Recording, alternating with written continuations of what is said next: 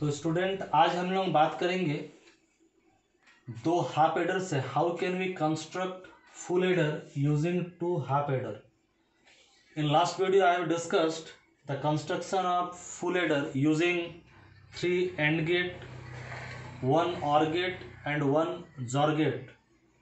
You have remembered in full adder the expression for sum is A XOR B XOR C, and expression for carry is AB plus BC plus CA. So let me remind you some formula. हम लोग x और gate के output पे हम लोग को मिलता था A bar B plus A B bar, उसको लिखते थे A XOR B. X NOR के आउटपुट पे हम लोग को मिलता था A B plus A bar B bar, उसको लिखते थे ए एक्स नॉर बी। आप लोगों को याद होगा जो हम लोग पिछला वीडियो में जो पढ़े थे, फुल एडर का सम में मिल रहा था ए XOR बी XOR सी। बी XOR सी को अगर एक्स मानेंगे तो ए XOR एक्स लिख सकते हैं। ए XOR बी को अगर A bar B plus A B bar लिख सकते हैं तो ए XOR एक्स को हम लोग क्या लिख सकते हैं, इसी टाइप से ए बार एक्स प्लस ए एक्स ए बार। अब ए बार का ए बार लिखे एक्स की जगह में तो ये वाला चीज डाल दिए, ए बार का ए बार लिखे एक्स की जगह में बी XOR सी हम लोग डाल दिए। सिमिलरली इसी के अकॉर्डिंग में खाली ब्रैकेट को चेंज करके इसी के अकॉर्डिंग में क्या फॉर्मूला बन रहा हम लोग देख रहे हैं। जैसे आउटपुट में ए XOR बी XOR सी, ब्रैकेट को यहाँ नहीं डाल करके ब्रैकेट को अगर यहाँ डाल दे, जैसे यहाँ पर बी XOR सी को एक्स माने थे, अब ए XOR बी को अगर हम लोग एक्स मानेंगे तो इसको हम लिख सकते हैं एक्स XOR सी। तो एक्स XOR सी होने से क्या फार्मूला, ए XOR बी होने से ये फार्मूला अगर है तो एक्स XOR सी होने से क्या फार्मूला होगा, एक्स बार सी प्लस एक्स सी बार होना चाहिए। एक्स तो लिए ए XOR बी, तो एक्स के जगह में लिखिए ए XOR बी, सी बार का सी बार, सी का सी, एक्स के जगह में लिखिए ए XOR बी, लेकिन यहाँ पर बार था तो यहाँ पर हम लोग बार लिख दिए। तो इसका मतलब है फुल एडर का सम ए XOR बी XOR सी को हम लोग इस फॉर्म में भी लिख सकते हैं। यही चीज को हम यहाँ पर लिख दें।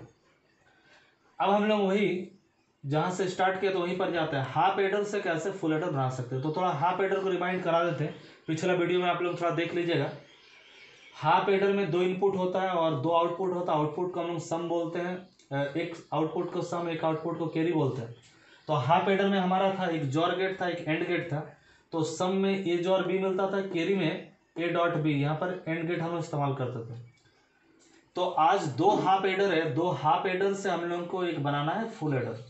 तो चूंकि हम लोग जानते हैं फुल एडर का तो 2 इनपुट होता है, तो सॉरी फुल एडर का तो 3 इनपुट होता है ए बी सी, लेकिन हम लोग को हाफ एडर से बनाना है। तो पहला हाफ एडर में 2 इनपुट लेंगे ए बी, तो हाफ एडर का आउटपुट में क्या मिलेगा, ये आउटपुट को एस ने S1 नाम देते हैं। ए बी डालने से S1 पहला सम में मिलेगा ए XOR बी, और कैरी में हम लोग को मिलेगा ए डॉट बी।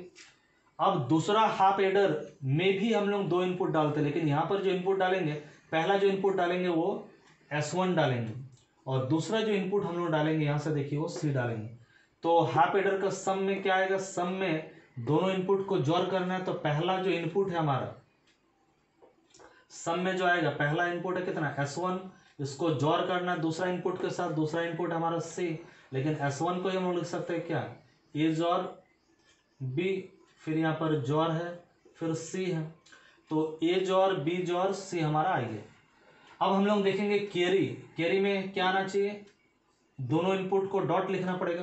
तो अगर हम लोग कैरी में जाएंगे तो C2 जो कैरी हमारा होगा, कैरी में दोनों इनपुट का डॉट लेना।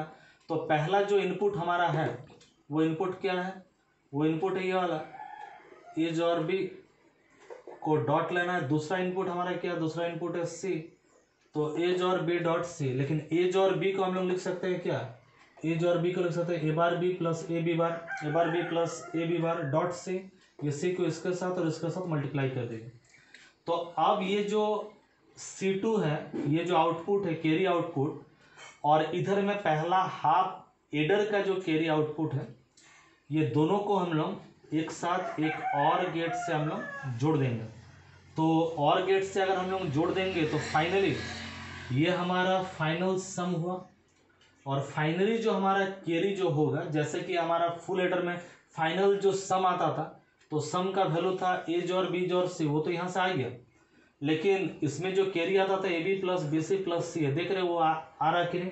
तो कैरी में हम लोग क्या लेंगे, सबसे पहले ये C2 और यहाँ से C1, तो C0 बराबर क्या है C2 प्लस C1, प्लस क्यों, क्योंकि और गेट है।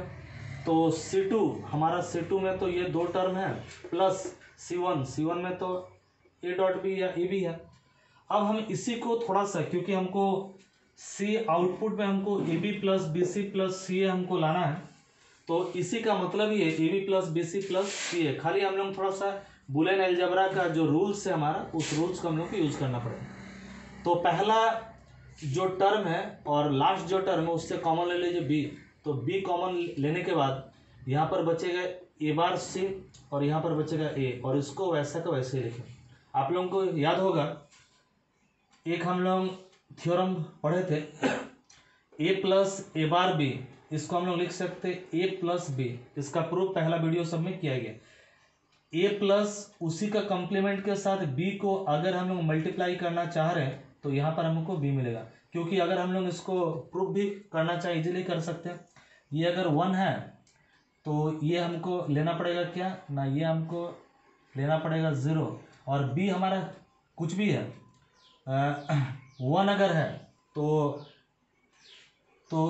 इस जगह में b अगर हमारा अगर 1 है तो 0 इंटू 1 का मतलब हमारा हुआ 1, और हाँ इसमें 0, तो 1 प्लस 0 इक्वल टू 1। लेकिन अगर हम लोग a में 1 डालेंगे, b में भी तो हम लोग 1 डाले थे, 1 प्लस 1 हम लोग ट्रूथ टेबल में लेते थे 1। तो उस ढंग से हम लोग इजीली उसको डी मॉर्गन्स थ्योरम के आधार पर हम लोग प्रूव कर सकते हैं, जो कि पहला वीडियो सब में आप लोग देखिएगा, उसमें प्रूव किया हुआ। तो अब हम लोग ये इसी के अकॉर्डिंगली ए बार सी प्लस ए को हम लोग इसका बार को ए बार सी प्लस ए को, जैसे ए बार बी प्लस ए को ए प्लस बी लिख सकते हैं, ए बार सी प्लस ए को हम लोग ए प्लस सी लिख सकते हैं। तो अब इसको मल्टीप्लाई कीजिए ए इंटू बी और फिर बी इंटू सी, तो दो टर्म हमारा आ गया।